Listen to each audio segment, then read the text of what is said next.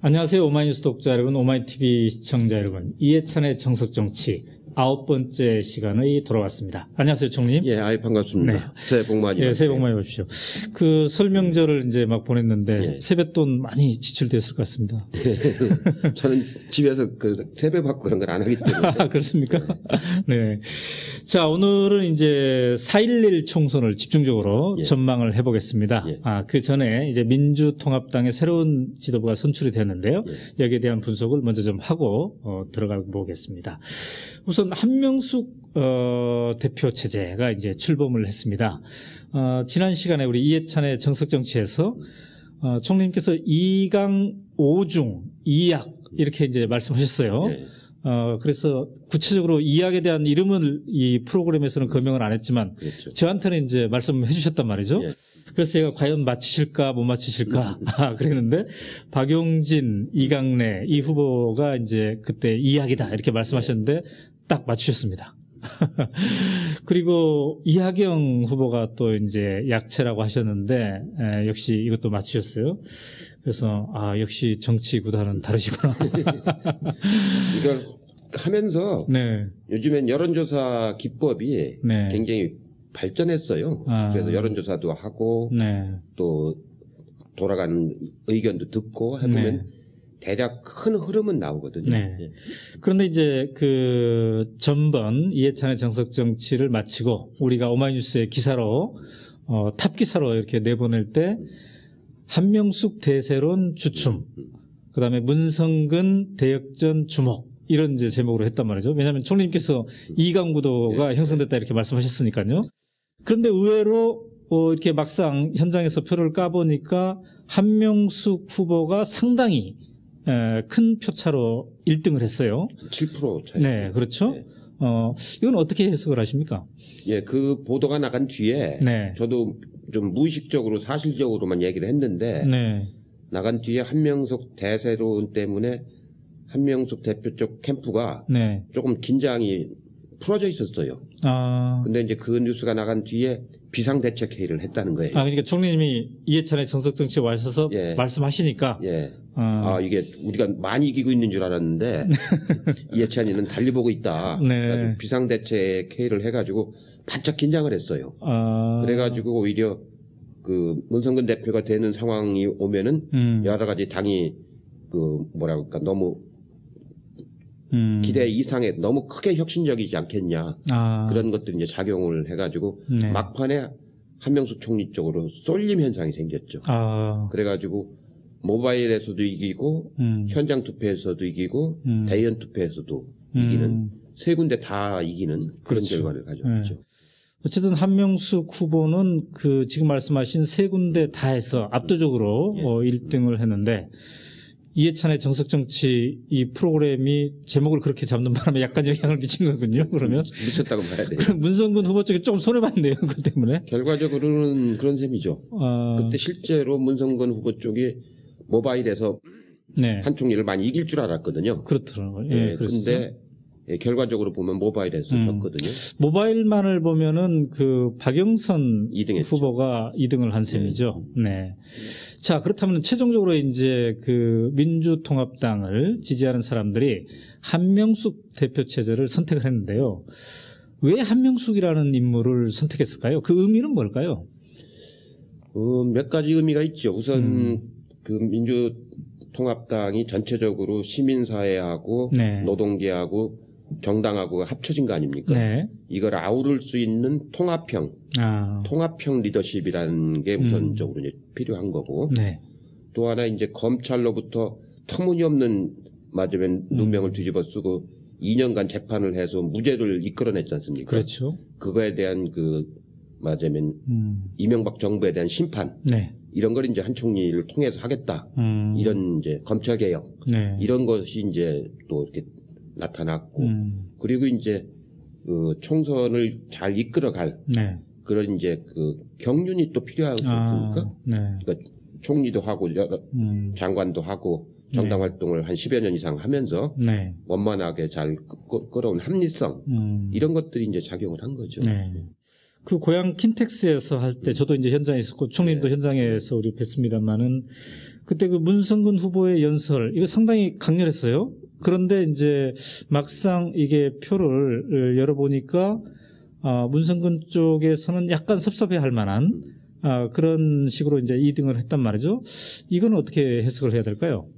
이제 문성근 대표가 이제 결국은 이 당에 전혀 기반이 없이 시작한 거 아닙니까? 네. 당에 기반이 없이 시작해가지고 2등까지 올라온 것 자체가 큰 맞아 혁신을 요구하는 거죠. 그렇죠. 그 자체가 혁신을 요구하는 거고. 네. 다만 이제 대의원표에서는 약할 수밖에 없죠. 네. 맞으면 정당 활동을 안 했으니까. 네. 그런데 한 대표는 정당 활동을 줄곧 해온 분이니까 대의원표에서 표 차이가 많이 날 수밖에 없죠. 네. 근데 이제 재밌는 것은 이제 지난 일이니까 그러는데 그 현장에 제가 있지 않았습니까? 그런데 문성근 후보를 지지하는 핵심 지지 그룹 중에 한 분이 저한테 와서 반드시 문성근 후보가 1등이 될 거다. 네? 진짜 큰일이 벌어졌다. 이렇게 굉장히 흥분하더라고요. 근데 막상 표를 열어보니까 그게 아니었어요. 그러니까 우리가 또 분위기만 봐서는 안 된다. 정치를 이렇게 판단할 때 이런 생각도 들더군요. 대의원 표가 네. 거기에 이제 12,000명이 오셨는데 그 표가 가중치가 있습니다. 네. 그게 한 20표 가까이 됐거든요. 그렇죠. 한 표의 가중치가. 그러니까 12,000명이 오셨지만 그게 24만 표에 네. 해당되는 표거든요. 네. 그러니까 대의원 표에서 문성근 대표가 많이 못 쫓아간 거죠. 근데 이제 3등이 박영선 후보였는데 그 문성근 후보하고 뭐 1% 정도밖에 차이가 안 났어요. 그래서 상당히 선전한 건데 이건 어떻게 해석하십니까? 아주 약진을 했습니다. 네. 그 박영선 후보가 늦게 참여했거든요.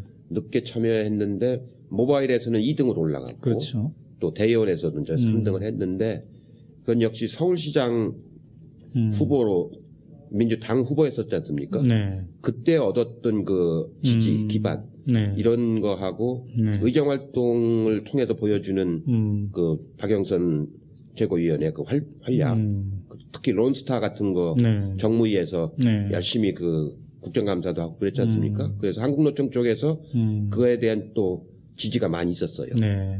특히 한국노총의 그 금융노조, 네. 금융노조 쪽이 그런 지지를 많이 해줬습니다. 그렇죠. 네. 의정 활동도 이제 열심히 했지만 사실 그 박원순 후보와의 대결, 서울시장 예비신문선에서 이때도 상당히 사람들의 이제 주목을 받았던 것 같습니다.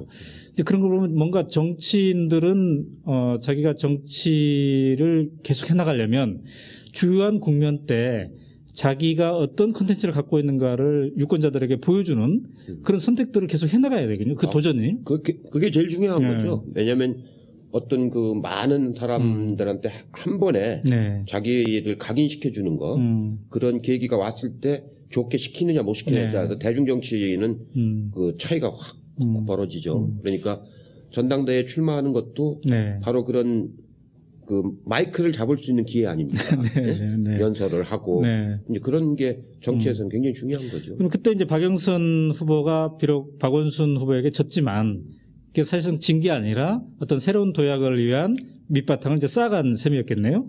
그러니까 그 서울시장 후보로 나오기 전에 박영선 의원하고 네. 지금 최고위원 박영선 의원하고는 천지차이 정치적인 함량이 달라요. 전혀 다르고 발언권도 이제 다른 네. 것이고 네. 당의 이제 지도부가 된 거 아닙니까? 네. 그 전에는 정책의장이었죠. 근데 지금은 이제 지도부가 됐기 때문에 네. 이 무게가 전혀 다른 거죠. 이제 그렇게 봤을 때 이번에 탈락한 박용진, 이강래, 이하경, 특히 이제 박용진, 이하경 이 두 분은 어쩌보면은 민주통합당과는 새로운 인연을 맺으면서 도전을 했으나 이제 실패했단 말이죠. 이제 이런 분들도 밑거름을 뿌렸다고 봐야 되겠네요. 제일 맞으면 그 덕을 많이 본 사람은 박용진일 것 같아요. 네. 이제 박용진은 민노당에서 이쪽으로 왔지 않습니까? 그렇죠. 와가지고 아무런 기반이 없이 네. 예비 경선을 통과해가지고 전국을 다니면서 네. 이 맞으면 마이크를 잡았던 거 아닙니까? 네. 그러고 이제 각인이 됐어요. 얼마 전에 만났더니 자기 지역에서 출마하려고 하는 지역에서 네. 처음에는 영 거리감이 있어서 그 민주당원으로 대접도 안 해줬는데 끝나고 또 가보니까 네. 이제는 준 최고위원 준 최고위원 정도로 대접을 해주더라는 거죠. 대단한 변화네요. 자리도 맨 앞에 갖다 놓고 무슨 얘기할 때도 먼저 얘기를 하게 하고 아주 큰 덕을 본 거죠. 비록 최고위원회에서는 탈락했지만 거기에 도전했다는 총선 치르는데도 큰 도움이 될 겁니다. 그렇겠죠. 그리고 이제 민주통합당 지도부 선출을 우리가 되돌아볼 때 빼놓을 수 없는 게 젊은 층의 대거 참여 그리고 그 모바일을 통한 국민 경선 이거지 않습니까? 그래서 총리님께서 사실 정석 정치에서 지난 회와 또 그 지난해 2회 연속으로 이 대목을 굉장히 강조하셨어요. 제일 강조했죠. 그래서 과연 이게 정말 제대로 될까 이런 의구심이 한편으로 있었습니다만 굉장히 성공적이었다 이렇게 평가가 되더군요. 가장 크게 성공한 대목이죠. 그렇죠. 우리가 모바일로 약 한 30만 정도가 참여하지 않을까 이렇게 생각을 했는데 실제로 64만 명이 참여했어요. 그러니까 선거인단으로서는 사상 최대로 참여를 한 거죠. 그렇죠. 그러고 아주 편하게 뭐 식당이나 지하철에서도 투표할 수 있도록 이렇게 해주니까 그 투표를 해본 사람들이 이렇게 쉬운 방법이 있느냐고 모든 투표를 다 이렇게 했으면 좋겠다고 등산 가면서 투표해도 되고 그 밥 먹으면서도 투표해도 되고 화장실에서도 하고 그럴 정도로 이번에 아주 그 이렇게 뭐랄까 산뜻한 그런 느낌을 받았습니다. 그랬고 기술적으로도 완벽하게 에러 없이 잘 처리가 됐고 그래서 앞으로 정당 활동을 하는데 이제 직접 민주주의, 참여 민주주의의 어떤 큰 그 수단, 방법, 절차가 하나 생긴 거죠. 그래서 이거를 평상시에 이제 정책 토론에도 활용을 하고 정책 결정에도 하고 또 작은 선거에도 또 적용을 하고 올 4.11 총선에도 총선 후보 결정하는데도 이 방식을 채택을 지금 검토를 지금 하고 있습니다. 그러면 정당 사상 전 세계에서 유례 없이 가장 직접 민주주의를 반영하는 그런 이제 정당이 만들어지고 있는 거죠. 자, 25일자 여론조사, 한 여론조사를 보니까 민주통합당의 지지율이 상당히 많이 올라갔습니다. 거의 뭐 39점 몇 프로, 40%에 육박한. 물론 이제 이거는 한 여론조사 기관이니까 그렇습니다만 이걸 어떻게 해석해야 됩니까? 그 여론조사가 지난번 그 전당대회 직후에 조사했을 때는 민주통합당이 35%였었어요. 그게 지금 40%로 5%가 올라간 거고 한나라당은 29.6에서 29.1로 0.5%가 빠진 겁니다. 그럼 근 10% 정도를 그러니까 한나라당에 앞선 건데 10% 앞섰죠. 이런 거는 굉장히 드문 현상이죠. 한 10년 내 처음일 겁니다. 그렇습니까? 10년 만입니까? 그러니까 2년 대선 노무현 대통령 당선될 때 그때 하고 그다음에 그 탄핵 국면 그 잠깐 있었지 않습니까? 그거를 제외하고서는 10년 만에 처음이죠. 그렇다면은 이제 일종의 이 컨벤션 효과, 민주통합당의 지도부 선출을 통해서 어떤 이 이벤트를 했는데 이것이 일정하게 유권자들의 마음을 움직였다고 봐야 되겠네요. 많이 반영된 거죠. 이제 문제는 앞으로단 말이죠. 앞으로인데 총리님께서는 어떻게 예상하십니까? 이 한명숙 대표 체제가 과연 어느 정도 순항을 할 것인지 또 앞으로 혁신을 어떻게 할 것인지가 이제 관건인데 이따가 이제 총선에 대한 전망은 계속 할 테니까요. 짧게 한명숙 체제가 잘할 것이다 혹은 어려움이 직면할 것이다 어떻게 보십니까? 제가 보기에는 이제 그 최고위원님 이제 6명을 뽑았지 않습니까? 그 다음에 원내대표를 하나 있고 그 다음에 지명직을 노동계에서 한 분 했고 시민과 여성을 대표하는 분으로 남윤인순 최고위원을 지명을 했어요. 노동계는 이제 한국노총 위원장을 했고 이제 한 분이 좀 남아 있죠. 거기까지 인선은 비교적 잘 된 것 같고요. 대변인도 MBC 대기자 하던 그 신경민 그 클로징 멘트 잘한다고 하던 그분을 한 거기도 비교적 잘한 인선인 것 같고요. 그 인선 과정이 제가 보기에는 비교적 합리적이고 균형이 있는 인선을 지금 잘 하셨어요. 이걸 가지고 이제 그 2월 달에는 청년 비례대표 4명을 먼저 선출을 합니다. 그렇죠. 그것도 이런 모바일을 통해서 경선을 해서 뽑을 텐데 그것까지 잘 마치고 나면은 이제 당이 훨씬 젊어지고 균형이 있는 그런 현대화된 모습을 갖게 되는 거죠. 그렇게 되면 제가 보기에는 지지율이 아마 어디까지 올라갈지는 모르겠지만 한나라당하고 차이는 자꾸 벌어질 겁니다. 왜냐하면 이 합리적으로 운영을 하고 젊은 새로운 세대의 과 소통하는 그런 당으로 자꾸 발전돼 가기 때문에 네. 그렇게 되면 제가 보기에는 지금까지 가졌던 민주당의 이미지가 아니고 지역당 이미지도 벗어나게 되고 네. 또 좀 새로워지고 그 현대화되고 네. 그래서 아마 상당히 안정적으로 가는데 핵심은 마지막에 이제 공천이죠. 네. 마지막에 이제 3월 달에 가서 하는 공천을 어떻게 투명하게 하느냐. 네. 그리고 얼마나 그 좋은 사람을 그 발굴해내느냐. 네. 이제 거기에 달려 있다고 그렇죠. 그러죠. 네. 그런데 이제 우리가 어떤 한 당을 볼 때 그 지도부, 그러니까 이제 최고위원들이죠. 이 지도부를 보면은 이분들이 앞으로 어떤 정책을 해나가겠다. 어느 정도 우리의 기대를 충족해 줄 것이고 또 어려움이 어떤 게 있을 것이다. 이렇게 좀 예측 가능해야 되지 않습니까?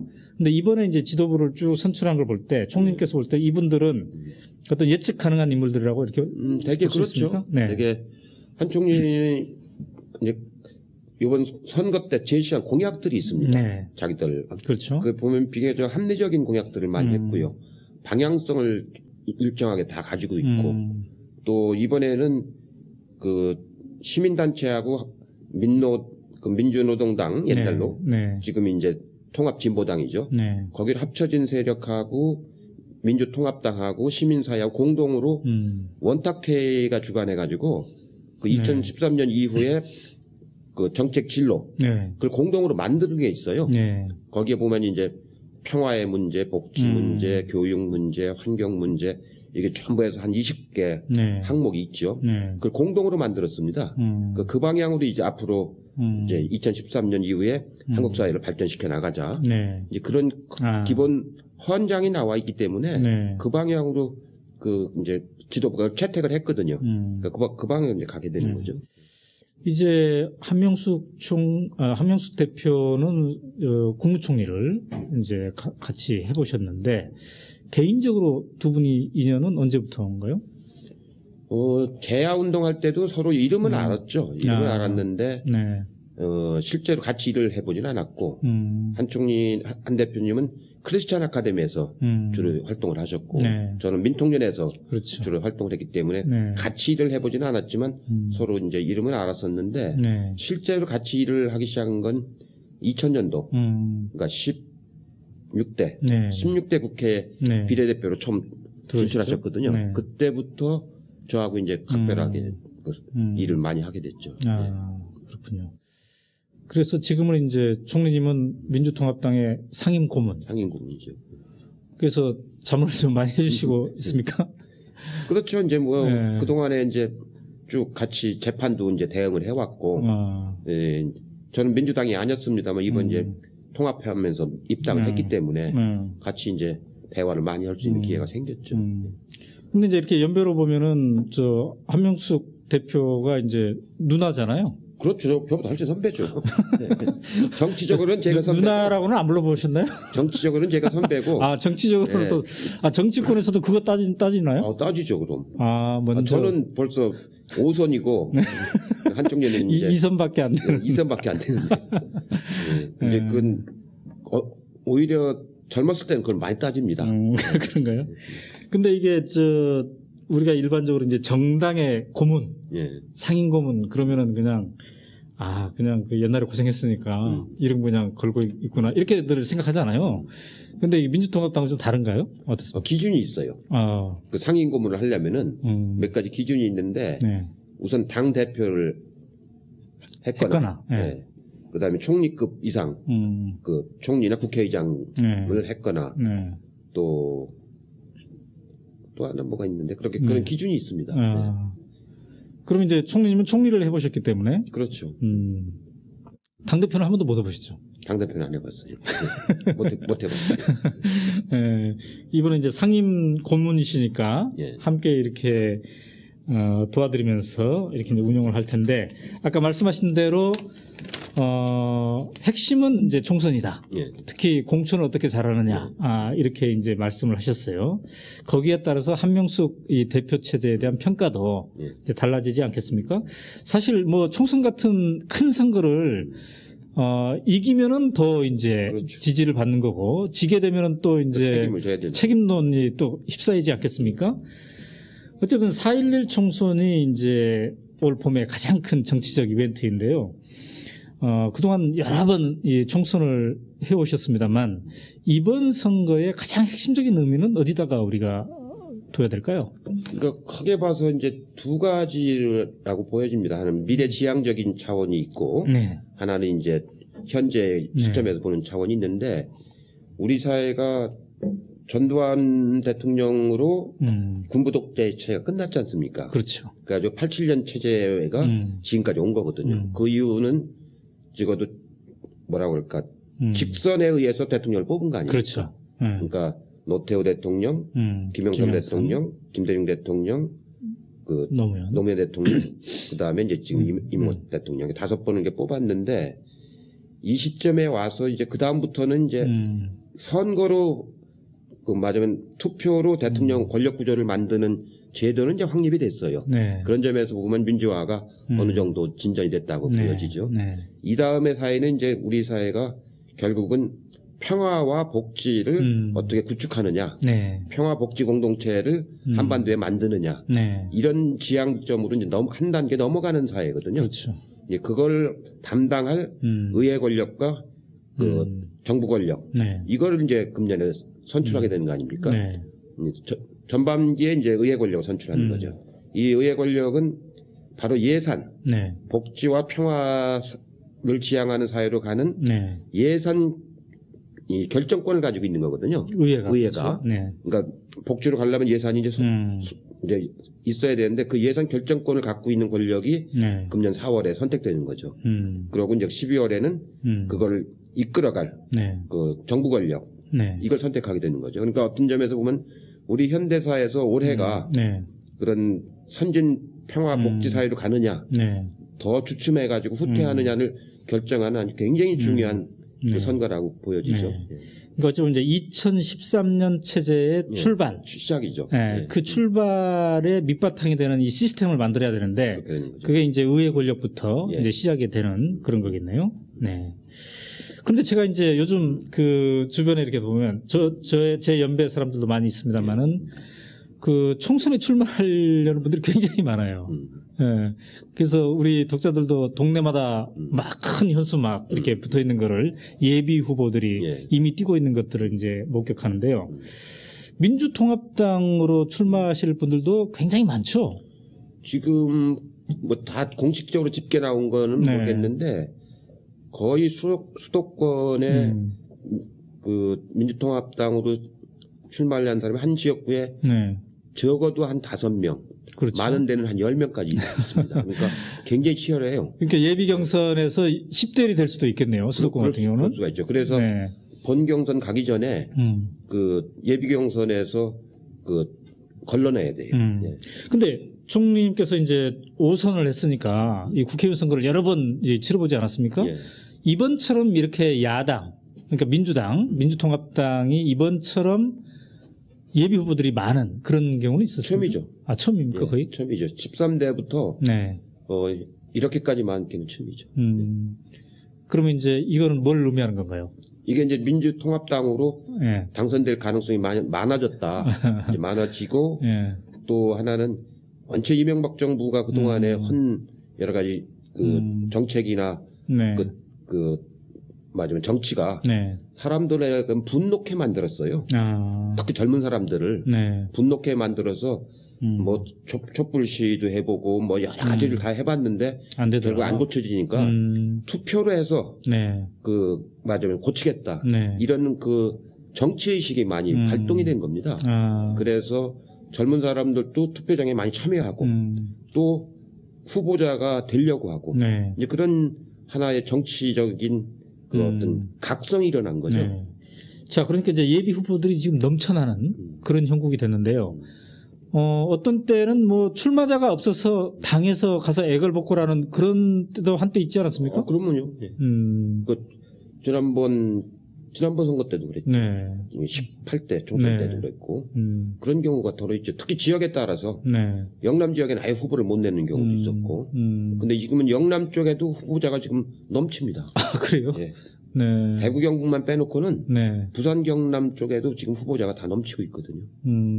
작년 지방선 재작년이죠. 재작년 지방선거 때는 네. 나가라고 당에서 네. 선거비를 지원해 준다고 해도 안 나갔었거든요. 근데 지금은 막 경합이 굉장히 치열합니다. 아, 그렇군요. 네. 그런데 이제 이렇게 예비 후보들이 많이 등장하고 있는 가운데 가장 관심사는 그러면 공천을 어떻게 할 것이냐. 이번에 그 민주통합당이 신임 지도부를 선출하는 과정에서도 새로운 모습을 보였듯이 이러한 그 국회의원 후보에 출마할 사람들 이 예비 경선에서도 새로운 모습을 보여줘야 되는 거 아니냐. 이게 이제 가장 핵심적인데 지금 민주통합당 입장에서는 어떤 거를 통해서 그걸 보여주려고 하는 건가요? 이제 총선 기획단, 네. 기획단장이 이미경 의원으로 이제 네. 임명이 됐어요. 네. 이제 거기서 실무적으로 이제 안을 만들어서 이제 할 텐데 기본적으로 이번 지도부 선출 과정에서 모바일로 하는 거에 성공을 했기 때문에 네. 그 방식을 굉장히 선호할 수밖에 지금 없게 돼 있죠. 네. 그래서 이제 전국구일 때는 이 모바일을 주소지를 확인할 필요가 없었습니다. 그렇죠. 어디에서나 국내에 있으면 되는 거니까. 근데 지역구는 지역구 내의 유권자로 그렇죠. 그래서 이제 뽑아야 되는 거기 때문에 그 번지를 확인해야 되지 않습니까? 네. 거주지를. 네. 그걸 확인할 수 있는 방법으로 모바일로 하게끔 하는 그런 방법을 아마 검토를 해볼 수 있을 거예요. 네. 이제 근데 이 등록은 네. 자기 주민등록증을 보여주고 등록을 하고 현장에 네. 가서 네. 그리고 투표는 나중에 전화기 갖고 다니면서 연락이 오면 그렇게 네. 하면 되는 거죠. 네. 그렇게 하는 방법이 있고 거꾸로 네. 신청은 모바일로 하고 네. 신청은 모바일로 해놓고 나중에 투표할 때는 주민등록증을 가지고 가서 현장에 가서 해도 되는 거죠. 네. 그러니까 두 가지를 같이 해서 하면은 그런 걸 현실화 시킬 수가 있죠. 그렇겠네요. 그런 구체적인 방법들은 이제 기획단에서 좀 만들 겁니다. 그러니까 모바일로 하되 관건은 과연 그 사람이 그 지역구 사람이냐 거주자냐 이거를 이제 확인해야 되니까 되는 거죠. 그 확인하는 절차를 신청 과정이나 투표 과정이나 이 둘 중에 하나면 된다 이런 말씀이시군요. 네. 그걸 이제 당에서 검토를 한다고 했을 때 이런 것들은 그 상대가 있는 거니까 한나라당이나 다른 당하고도 이제 협의를 해야 되겠죠. 한나라당하고 협의할 필요는 없고요. 그런가요? 네, 그 당내에서만 하면 당내에서만 합의만 되면 되는 거니까. 네. 그럼 당내에서 이렇게 할 때 이제 전통적으로 전략 공천이라는 표현이 있지 않았습니까? 어떤 뭐 유명한 인사를 우리가 모셔와가지고 이 지역에 출마시켜야 되겠다 이럴 때도 쓰일 때도 있고요. 또 어떤 그 뭐 아주 그 정치적 의미가 분명한 지역구다 이런 때는 또 배려할 수도 있고 이럴 텐데 이렇게 그 이른바 이 국민 참여 경선이 대세가 이렇게 된다면 이런 것들도 상당히 줄어들겠네요. 전략 공천이라는 게. 전략 공천을 하는 방법이 두 가지인데 하나는 지역구에 출마시키는 방법이 있고 아주 중요한 분은 영입을 해서 아니면 비례대표로 모셔서 영입을 해서 비례대표로 하는 방법이 있는데 지금처럼 이렇게 예비 후보자들이 많을 때는 영입을 하기가 쉽지가 않죠. 왜냐하면 그분이 와서 지역에서 경선은 안 하려고 할 테니까 그렇게 되잖아요. 그래서 비례를 해야 되는데 비례는 숫자가 또 몇 명 안 되잖아요. 그 남녀 반반씩 하니까 10명 정도 10명 남짓밖에 안 되니까 룸이 사실은 많지가 않아요. 그러니까 지역으로 가야 되는데 경선을 요구하기 때문에 그 경선을 영입해서 경선시키기가 쉽지가 않죠. 정치를 안 해본 분들을. 그래서 지역구 전략공천은 아마 최소화할 수밖에 없을 것 같고요. 그 대신 이제 비례대표 쪽도 여러 분야 아까 말씀드린 뭐 한반도 평화 문제라든가 복지, 교육, 의료 뭐 이런 여러 가지 분야가 한 15개 분야쯤 됩니다. 그런 분야를 먼저 설정을 하고 그러니까 당이 나아가야 할 그 역점 사항이 있는 분야를 먼저 설정하고 거기에 이제 비례대표를 지원을 하게끔 해서 그분들도 그 맞으면 그 자기 정견을 발표하게끔 했고 네. 해서 컨테스트를 하는 그런 방식을 도입하지 않을 수가 없을 거예요. 이제는 네. 옛날처럼 안배하거나 네. 이렇게 밀실에서 하거나 네. 그러기에는 이미 굉장히 그 개방된 당으로 지금 가고 있거든요. 그러면 이렇게 생각을 바꿔서 말이죠. 예를 들면 당뿐 아니라 그 자기가 전략 공천 대상자가 됐던 사람들도 생각을 바꿔서 지금 변화된 시기니까 내가 비록 전략 공천이 됐다 하지만 나도 그 지역에서 국민 경선을 하겠다. 기왕에 거론된 사람들이랑 함께 국민 경선을 하겠다. 이렇게 생각을 고쳐먹으면 좀 쉽죠. 간단하게 해결되겠네요. 간단하게 해결되죠. 네. 근데 그 사람이 나를 꼭 보상해달라. 나는 경선 없이 해야 된다. 이런 마음 자세가 이제 있으면 곤란한데. 그렇게 해갖고서는 유권자들한테서 그 좋은 평을 받기가 어렵죠. 그렇죠. 그래서 이참에 그것도 문화를 그 전략 공천으로 영입되는 사람도 기존에 있는 후보들이랑 내가 한번 떳떳하게 경쟁하겠다. 이런 생각을 하면 비례까지도 좋을 것 같습니다. 비례대표까지도. 네. 그러니까 이제 왜냐하면 그 옛날처럼 비례대표는 그냥 이렇게 밀실에서 적당히 하는 그런 관행이 이번에 이제 없어질 것 같아요. 보니까요. 그렇죠. 그래서 유권자들도 누가 그 당의 통일 관련 비례대표로 적합한지를 알게 하고 사전에 한번 점검해보는 그런 기회가. 그러니까 이번에 64만 명이 참여를 하셨지 않습니까? 이분들한테 다시 저희가 이제 광고를 해서 여러분들이 비례대표를 선출할 때나 아니면 지역구 후보를 선출할 때 다시 참여해달라. 그 지역에서. 그런 참여해달라고 하면 이번에 좋은 경험들을 하셨기 때문에 그분들이 또 상당히 참여할 거 아닙니까? 또 새로 참여하는 사람들도 있고. 그렇게 해서 하면은 자연히 공천이 어떤 그 옛날처럼 하향식, 폐쇄식 공천이 아니고 상향식 개방형 공천이 되게 되는 거죠. 근데 이제 제가 이렇게 그 이해찬의 정석 정치 이거를 하고 있으니까 주변 사람들 만나보면은요, 이거를 재밌게 보고 있다고 그래요. 근데 왜 보냐 그러니까 자기도 앞으로 그 총선에 출마할지 말지 고민하고 있는데 이걸 통해서 좀 배우겠다는 거거든요. 근데 만약에 자기가 총선에 출마하려고 한다 생각이 있다 그러면은 지금 이제 예비 후보 선거운동 기간인데 공천 심사나 이런 것까지 고려할 때 언제까지 이게 지원을 해야 됩니까? 지원은 이제 뭐 공천 심사 작업이 아마 제가 보기엔 2월 하순쯤부터 이제 시작되지 않겠어요? 그 경쟁이, 경선이 거기서 3월 중순까지 하겠죠. 그러니까 신청 자체는 2월 한 20일이나 그때까지만 하면 되겠죠.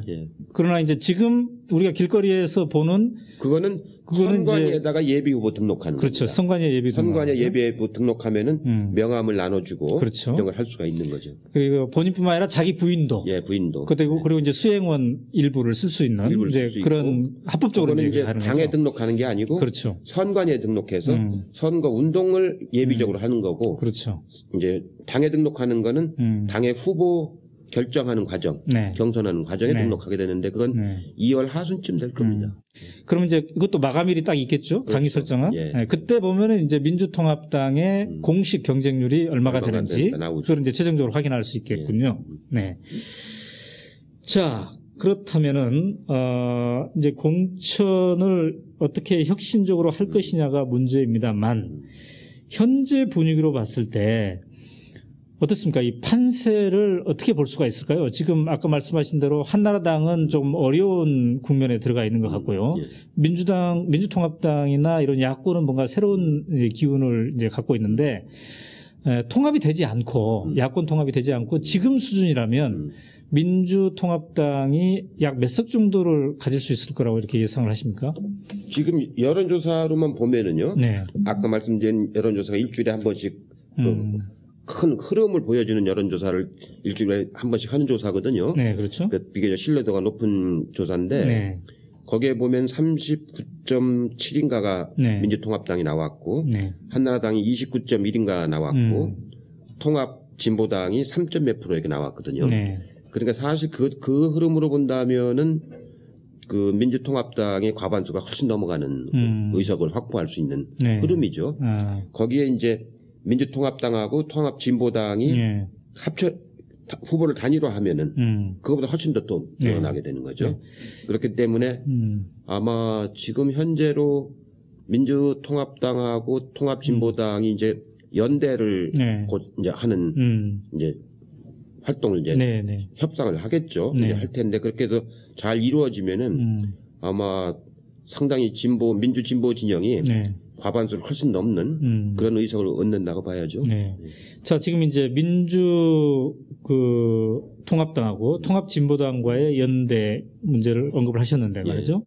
이 대목이 이제 우리 이쪽 야권 성향의 유권자들의 이제 관심사이지 않을까 이렇게 싶습니다만 어떻게 생각하십니까? 이게 하나의 정당으로 그러니까 두 당이 연합 정당을 출범시킬 가능성이 여전히 남아 있는 겁니까? 아니면 이미 그거는 물 건너갔으니까 연대 방법을 찾는 게 현실적인가요? 지금 그 문제는 통합진보당의 중심축을 이루고 있는 구민노당 그쪽에서 말하자면 연합정당은 안 하겠다라는 그런 입장이 확고합니다.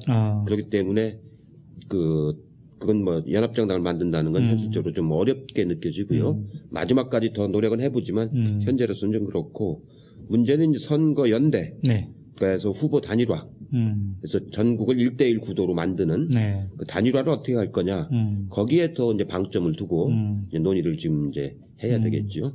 그러니까 현실적으로는 지금 통합진보당의 다수파라고 할 수 있는 구민노당 세력이 연합정당을 반대한다는 거죠. 그렇죠. 그러니까 그거는 설사 노력을 한다 하더라도 이 짧은 기간에는 안 될 가능성이 많다.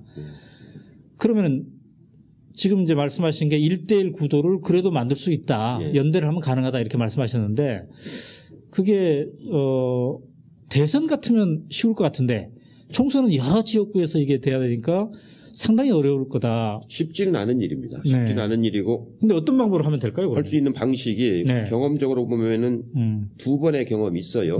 가령 2010년도 지방선거 때 유시민 후보하고 김진표 후보가 당이 경기도지사 때 경선을 해서 단일화를 했지 않습니까? 그렇죠.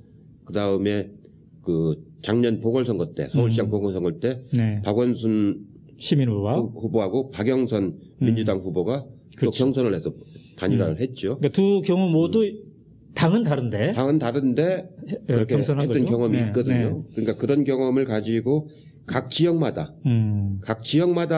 그렇게 경선하는 방식을 통해서 하면은 경선에 참여한 사람은 나중에 따로 후보로 못 나가지 않습니까? 그렇죠. 그러니까 1대1 구도가 만들어질 수가 있죠. 근데 그렇지 않고 그대로 그냥 경선을 안 하고 양보를 하면은 이 사람이 다른 후보가 자기는 경선을 안 했지 않습니까? 그러니까 무소속으로 출마해도 막을 방법이 없죠. 그렇게 되면 오히려 단일화는 됐지만 무소속 출마를 막지 못해서 오히려 분열될 수가 있는 거죠. 이런 어려움이 좀 있습니다. 그러면은 1대1 구도를 만들기 위해서는 당은 다르지만 같이 경선을 해야 된다고 말씀하셨는데 민주통합당은 여기에 대해서는 찬성하는 입장인가요, 지금? 찬성하는 입장이죠. 그럼 통합진보당 입장에서는 근데 좀 통합진보당 입장에서는 경선하면은 아무래도 통합진보당 인사들이 인지도라든가 그 정당의 맞으면 기반이 약하기 때문에 좀 불리하다고 생각하는 건 당연하죠. 그건 뭐 옳은 얘기죠. 그러나 그렇게 안 하고 할 수 있는 방법을 찾기도 좀 쉽지 않아서 여러 가지 고심을 해야 됩니다. 그럼 통합진보당의 어떤 이익을 보장해 주면서 1대1 구도를 만드는 방법은 뭐가 있을까요? 그러니까 제일 좋은 방법은 통합진보당의 지명도가 높은 분들 이런 분들한테는 양보를 해줘도 당선되는데 별 지장이 없죠. 양보를 해줘도. 근데 지명도가 높지 않은 분들한테 양보를 해주면은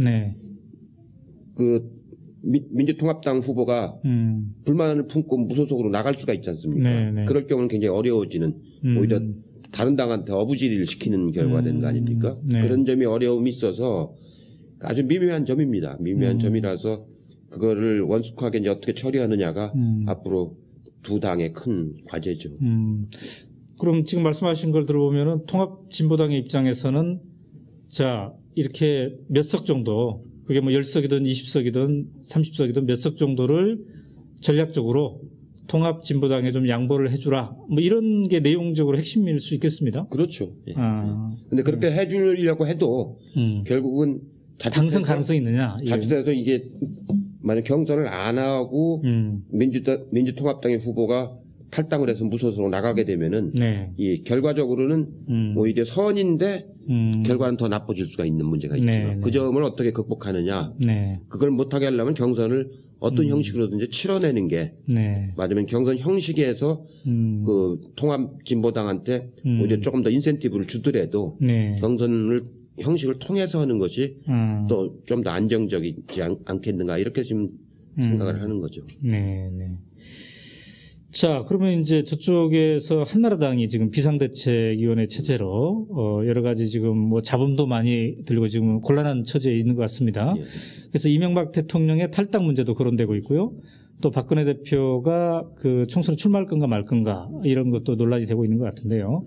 한나라당은 앞으로 그 어떻게 4.11까지 변화가 갈 것으로 이렇게 예측을 하시나요? 지금 굉장히 위기라고 보여집니다. 지금 한나라당이. 네, 네. 뭐 남의 당 걱정한 건 예의가 아닌데 상당히 사실상은 위기예요. 왜냐하면 지금 의원들이 많아가지고 네. 4분의 1만 교체한다고 해도 네. 40명을 교체해야 되는 거 아닙니까? 그럼 그렇죠. 40명이 나가서 정치를 그만두면 괜찮은데 네. 정치를 하려면 또 당을 만들 거 아닙니까? 네. 우리나라는 또 교섭단체를 만들면 국고지원금이 많이 나오기 때문에 네. 정당하는데 별 어려움이 없어요. 네. 20명 이상 국고 교섭단체만 만들면은. 네. 근데 또 그렇게 그 만약 인적 쇄신을 안 하고서는 새로운 당으로 태어나기가 좀 어렵지 않습니까? 네. 그러니까 양날의 칼인 거죠, 이게. 지금 이런 구조 속에서 비대위가 지금 진행이 되고 있어서 네. 제가 보기에는 아마 이게 잘 수습될 것 같지가 않아요. 잘. 네. 그리고 또 밖에 국민 생각인가요? 박세일 네, 교수가 네, 하는 그렇죠. 당이 또 하나 있지 않습니까? 예. 여기서 잘리는 사람들 기다리고 있는 거 아닙니까, 지금? 그럼 그쪽으로 이제 가서 또 당을 하게 되면은 지난번 총선 때 그 친박 계열이 나중에 연대를 만들었지 않습니까? 네. 친박연대. 그런 친이 연대 같은 비스듬한 게 또 생길 수도 있는 거죠. 그래서 제가 보기엔 상당히 어려운 국면을 박근혜 대표가 잘 헤쳐나갈는지 예, 제가 보기에는 그 매우 위험한 지금 길로 가고 있는 그런 느낌이 네. 좀 드는데 네.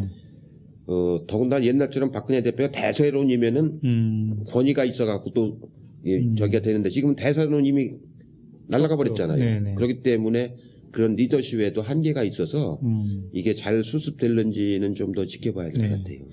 그래서 지금 한나라당 내부에서 이제 재창당 수준의 쇄신이냐 아니면 완전 재창당이냐 당도 바꾸고 이름도 이런 논란이 내부적으로 있습니다만 이런 가능성은 어떤가요? 그러니까 보수 세력이 위기의식을 확 느껴서 그러니까 민주통합당이 이렇게 40% 가까이 지지를 받는 이런 상황을 보고 더 이상 안 되겠다.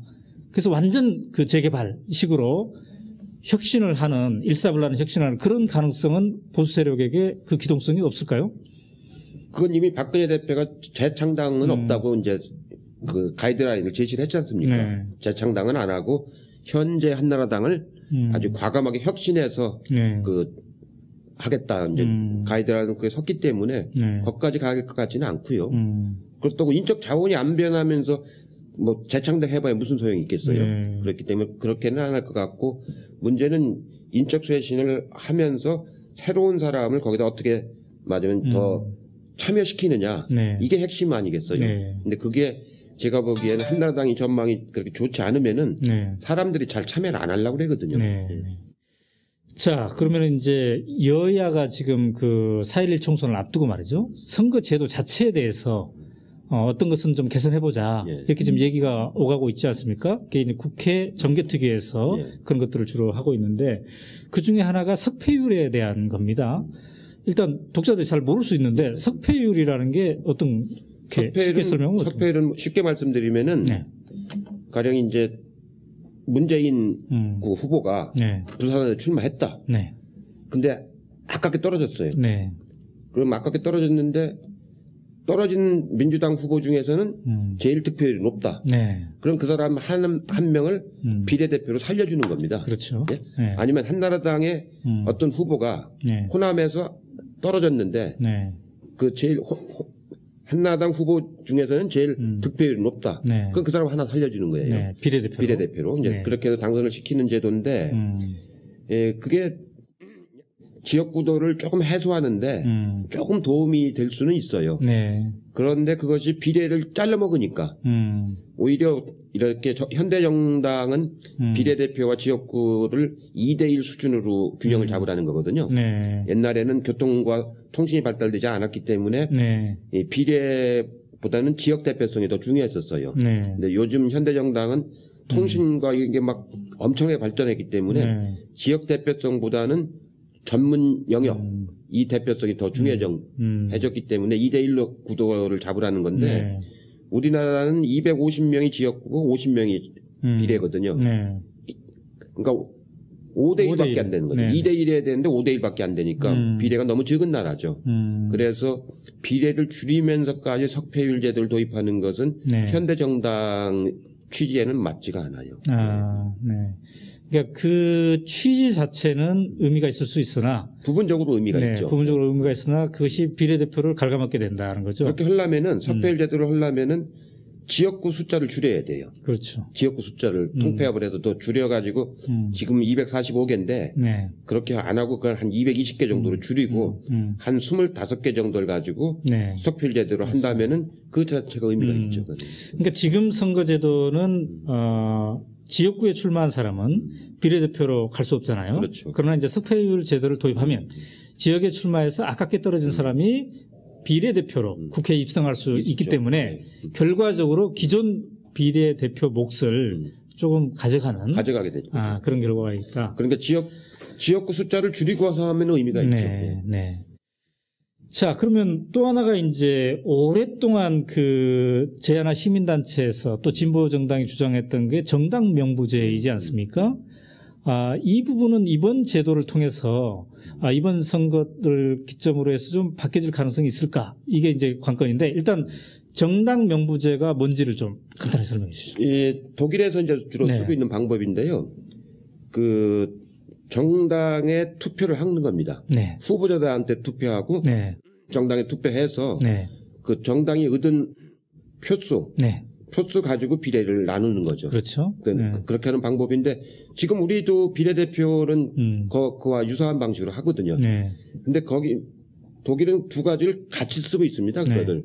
맞으면 그 비례에도 출마하고 지역에도 출마해가지고 지역에 출마한 사람이 비례에도 같이 등록을 해요. 정당 명부 그게. 그 지역에도 출마해서 떨어지면은 비례대표로 되죠. 그러니까 독일의 유명한 코hl 수상이 항상 지역에서 떨어졌습니다. 근데 정당 명부에 등록돼 있기 때문에 그걸 통해서 의원은 계속해서 나중에 수상까지 했죠. 근데 그게 또 단점이 하나가 뭐가 있느냐면은 지역 주민들이 콜은 의뢰껏 저기 가도 비례로 당선이 되니까 우리 지역에서 콜을 떨어뜨리고 딴 사람을 하나 더 뽑으면 자기 지역은 국회의원이 2개가 되는 거 아닙니까? 이런 또 단점이 있어요. 그래서 좋은 후보를 뽑는 것이 아니고 맞으면 그만 못한 후보를 뽑는 그런 단점이 없는 건 아니에요. 그러나 이 정당 명부제를 통해 가지고 이제 균형 있는 정치인들을 많이 키울 수는 있죠. 그러니까 정당 명부제에서는 한 사람이 투표소에 들어가 가지고 투표를 행사하는 거죠. 한 표는 그 후보에게 보고 또 하나는 정당 자기가 지어. 그러니까 제가 이제 말하는 이해찬 총님이 민주통합당 후보인데 제가 가가지고 인물은 이해찬으로 찍고 당은 뭐 통합진보당을 찍든지 한나라당을 찍든지 이럴 수도 있다는 거죠. 지금도 우리가 비례대표는 그렇게 하고 있죠. 우리는 등록만 비례는 비례만 하고 지역은 지역만 하는 거죠. 근데 독일식 정당 명부제는 비례대표와 지역을 같이 등록하는 겁니다. 한 사람이. 그 차이점이 있는 거죠. 그러면 이게 이제 왜 그 진보정당 쪽에서는 이거를 그동안 계속 그 핵심적으로 주장했던 이유는 뭔가요? 왜냐하면 우리는 이제 소선거 제도니까 한 표만 줘도 떨어지는 거였거든요. 그렇죠. 그 표가 다 날아가 버리는 겁니다. 근데 이 정당 명부제가 돼 있으면은 그 얻은 표만큼 그 득표율만큼 의석이 배정이 돼주죠. 그렇죠. 지금 우리 비례대표가 지금 그렇게 하는 거죠. 거기에 이제 가령 그 독일식 그 제도까지 결합을 하면은 지역구에 나가는 사람이 비례로 또 갈 수 있는 거니까 더 지역에 많이 출마를 하게 되는 거죠. 그렇죠. 예, 지금은 비례로 지역에 가면 비례 못 가니까 지역에서 떨어지면 끝이니까 잘 출마를 안 하려고 그러죠. 그래서 오히려 신인들이 진출하기 좋은 그런 구조를 소수당에서는 가질 수가 있어요. 예, 그건 뭐 그 해볼 만한 제도입니다. 그건. 그러면은 이렇게 의미 있는 제도인데 우리 역사에서 이게 왜 잘 관찰이 안 됐을까요? 왜냐면 우리 지역 구도가 나눠져 있으니까 그 경상도 쪽, 영남 쪽은 한나라당이 거의 석권하다시피 하고 호남은 민주당이 석권하다시피 하니까 이 그 비례로 이렇게 가버리면은 이쪽 그 지역에서 갈등이 생깁니다. 왜냐하면 이 한쪽 지역에서 같은 당끼리 싸우게 되지 않습니까? 같은 당끼리. 근데 순번이 그 높은 사람이 그 되는 거기 때문에 그 같은 당끼리만 모여 있으면은 그게 그 정당명부제가 실효 그 자기들한테 칼이 돼 버려요. 그 서로 골고루 나눠져 있어야지. 그렇기 때문에 각 당의 기득권들이 그걸 추진을 안 하죠. 뭐 그 얘기 시작한 지는 벌써 한참 됐죠. 지금처럼 여기 지역 구도가 있을 적에는 그건 잘 실효성이 안 합니다. 그러면 이제 이렇게 변화된 상황에서는 오히려 민주통합당 같은 데서 정당명부제를 본격적으로 하자 이렇게 주장할 수도 있나요? 할 수 있죠. 당연히 해야 되는 거죠. 어떻게 보면은 그래야 지역 균형이 깨지죠. 아니 지역의 독점이 깨져서 그렇게 되는 건데 아마 한나라당이 그걸 안 받으려고 할 겁니다. 그러니까 민주당은 할 수도 있으나 단독으로는 이제 선거법 개정을 못 하니까 민주당 의석까지는 안 되고 이번에 통합진보당이 그걸 제안을 했지 않습니까? 그러니까 이 다음에 다수당이 되면은 그렇게 개정하기로 그 서로 간에 약속을 할 수가 있죠. 자, 이제 어느덧 또 시간이 거의 다 됐는데요. 이거를 다시 한번 좀 확인했으면 좋겠습니다.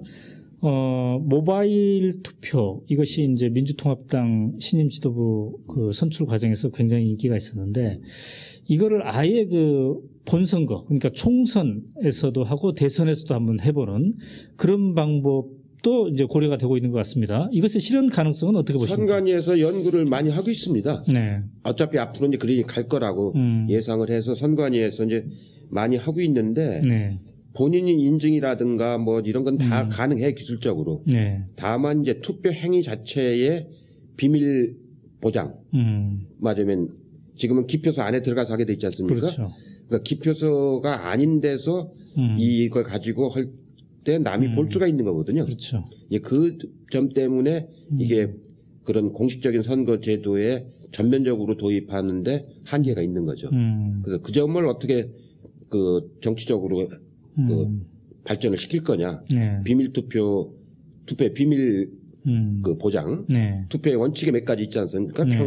그 평등, 비밀, 이 등가, 직접 이게 있지 않습니까? 이 중에서 비밀을 어떻게 이제 보장할 거냐. 그 대목이 좀 남아 있는데 그거는 약간의 뭐 비밀이 노출이 된다 하더라도 지금도 이렇게 포장 안에서 들어가지만 뭐 전혀 완전히 모르는 건 아니잖아요. 짐작은 하는 있지 않습니까? 그런 점들을 해서 하면은 그 문제점에 생기는 문제점보다 훨씬 좋은 장점이 많지 않습니까?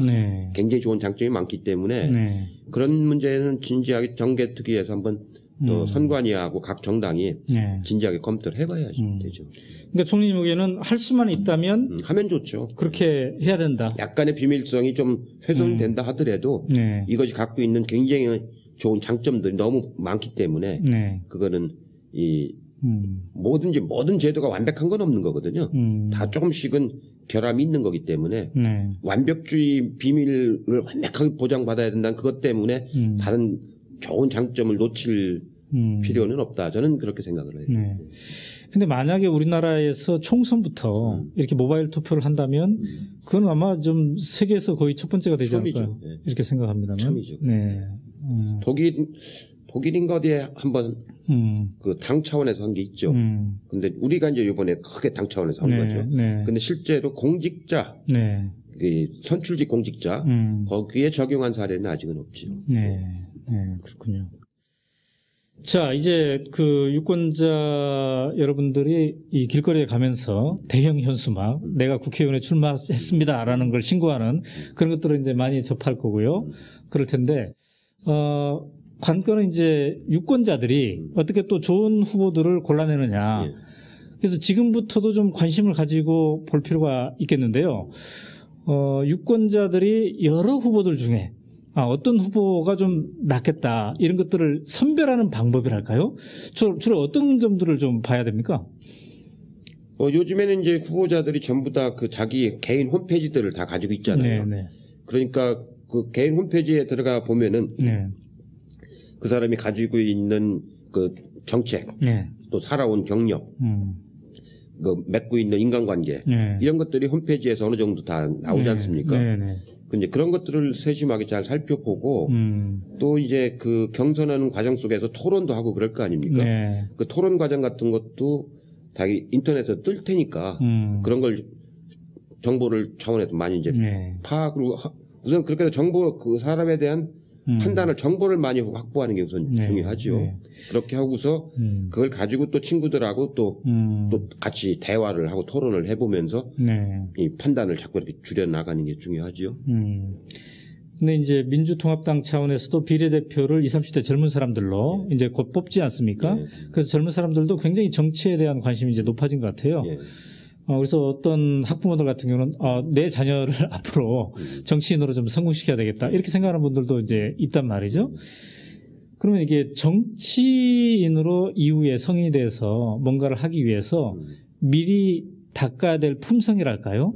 뭐 공부해야 될 게 뭔가요? 총리님께서 정치 구단 입장에서 좀 보면 정치인이 되려면 뭘 해야 되나요? 그 정치라고 하는 게 네. 그 국가를 운영하는 거 아닙니까? 네. 법을 만들고 예산을 편성을 하고 네. 그 실행을 하고 하는 국가를 운영하는 거기 때문에 가장 중요한 게 국가에 대한 그 의식, 책임감, 네. 책임의식. 책임의식 그게 제일 중요하죠. 그게 공직자의 자세죠. 공직자의 가장 네. 중요한 자세가 책임의식이죠. 네. 그 다음에가 국가와 그 국민들의 삶, 네. 이거에 대한 이해도가 있어야 돼요. 국민들의 삶에 대한 이해도가 있어야 되는 거죠. 그 다음에 이제 국가를 운영할 수 있는 그 지식, 지식을 알아야 되니까 정책, 책임감, 공직자의 책임감, 그다음에 국민들의 삶에 대한 애정과 이해, 그 다음에 국가 정책에 대한 지식, 이 세 가지 정도는 기본적으로 가져야 되는 거죠. 그래서 지금 저희가 20, 30대를 뽑는 거는 현재의 정치 지도자를 뽑는 게 아니고 차세대 정치 지도자를 양성하기 위한 첫 작업입니다. 왜냐하면 지금 우리는 그 정치를 너무 늦게들 시작해서 다른 분야에서 정치하다가 그 분야가 끝날 무렵쯤 50대 후반이나 돼가지고 정치를 하지 않습니까? 그러니까 좋은 정치를 오래 못하고 또 은퇴하게 되는 거죠. 그렇게 하고는 국가를 책임지는 정치인들이 많이 배출이 안 되죠.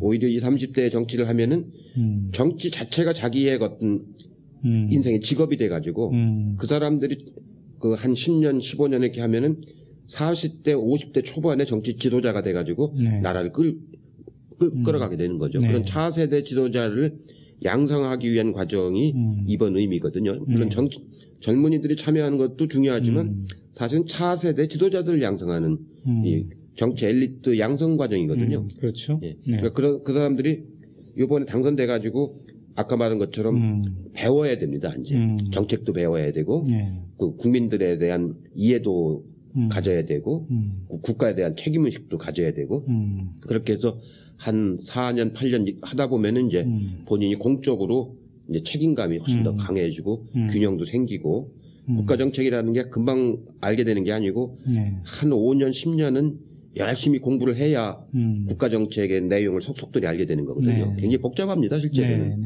그러니까 그것이 갑자기 어떻게 애워서 되는 건 아니거든요. 국회에서 예결위 심사도 여러 번 해보고 그 본회의장에서 대정부 질문 같은 것도 많이 해보고 또 실제로 현장도 많이 다녀보고 외국도 많이 다녀보고 이렇게 균형 감각 있는 그런 정치인이 클 수가 있는 거죠. 언제 한번 이해찬의 정석 정치에서 예비 정치인들 몇 분을 모시고 한번 해보죠. 수업하듯이 이렇게 해보는 것도 재밌을 것 같습니다. 네, 오늘 이해찬의 정석 정치 9번째 시간을 가져봤는데요. 이미 이제 길거리에 많은 국회의원 예비 후보들이 자신을 알리는 작업을 하고 있습니다. 그런 분들도 준비를 시작하는 게 필요하겠지만 더 중요한 것은 우리 시민들도 이제 준비를 시작해야 될 것 같습니다. 여러분의 선택이 4월 11일 총선에서 대한민국의 운명을 바꿔 놓을 것이기 때문입니다. 총리님 오늘 감사합니다. 수고하셨습니다.